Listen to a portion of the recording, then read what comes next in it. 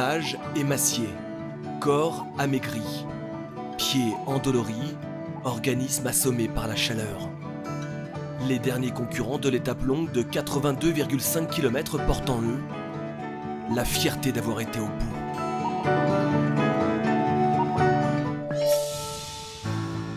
C'est la veille, à 8h30 du matin, que la majeure partie des concurrents s'était lancée. Celui qui n'a pas traversé le désert ne sait pas qui il est. Certains s'avouent vaincus. Plus de la moitié du peloton ne rejoindra pas l'arrivée de cette étape numéro 4. Mathieu Blanchard est 3e du classement provisoire pour son tout premier marathon des sables. Mais il redoute plus que tout cette longue étape, car dans la nuit, un virus l'a touché en plein ventre.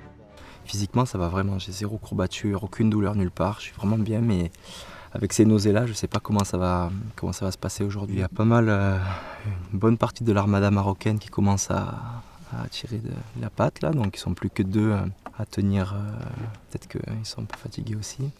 Tout peut se passer aujourd'hui.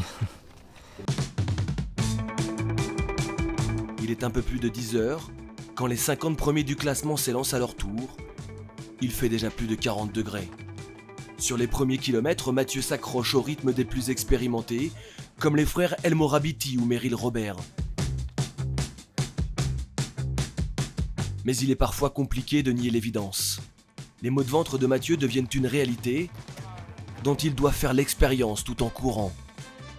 Je me pose 5 minutes parce que là, si je repars pour les ravitaillements, ils sont hyper écartés aujourd'hui. Là, il y a plus de 13 kilos entre chacun.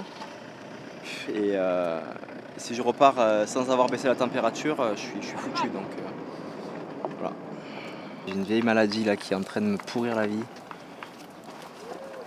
Vieille microbe bactérie en moi là qui me contrôle, je peux rien y faire. Ça c'est très frustrant. C'est en fait l'ensemble du marathon des sables qui est touché par ce virus à l'origine encore inconnue. Les dégâts sont considérables. Qu'est-ce qui s'est passé pour qu'on arrive à avoir 50% d'abandon sur cette épreuve? C'est un truc de dingue. Et des gens malades dans l'organisation, chez les coureurs, partout. Justement, on est en train de faire, on va diligenter une enquête scientifique, officielle, en mettant tous les paramètres. C'est comme ça fait partie du jeu, c'est la fatalité. On ne peut rien y faire, on ne peut que accepter la situation et puis essayer de s'adapter. Et malheureusement, si elle nous touche en pleine course, et pour un coureur qui s'est préparé et qui avait des objectifs de faire un podium, voilà, mais je pense que Mathieu, il a envie de revenir, je pense. Dans le désert, la nuit tombe d'un coup, comme si quelqu'un avait éteint la lumière et le chauffage en même temps. Certains en profitent pour se reposer, recharger les batteries. D'autres, beaucoup plus pressés, préfèrent en finir vite, même très vite, à l'image de Rachid El Morabiti, vainqueur en solitaire de cette étape longue. Il devrait demain remporter son 8e titre dans son jardin.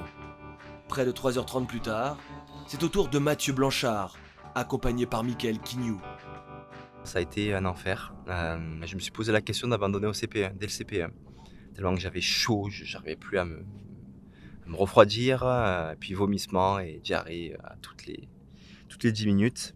Et après, en fait, lorsque j'étais posé sur le CP2 par terre, j'ai changé mon état d'esprit. J'ai décidé que le marathon des sables devait être quelque chose que je finis plutôt que je me positionne. Et à partir de là, voilà, j'ai un petit peu réfléchi là-dessus et je suis reparti en marchant.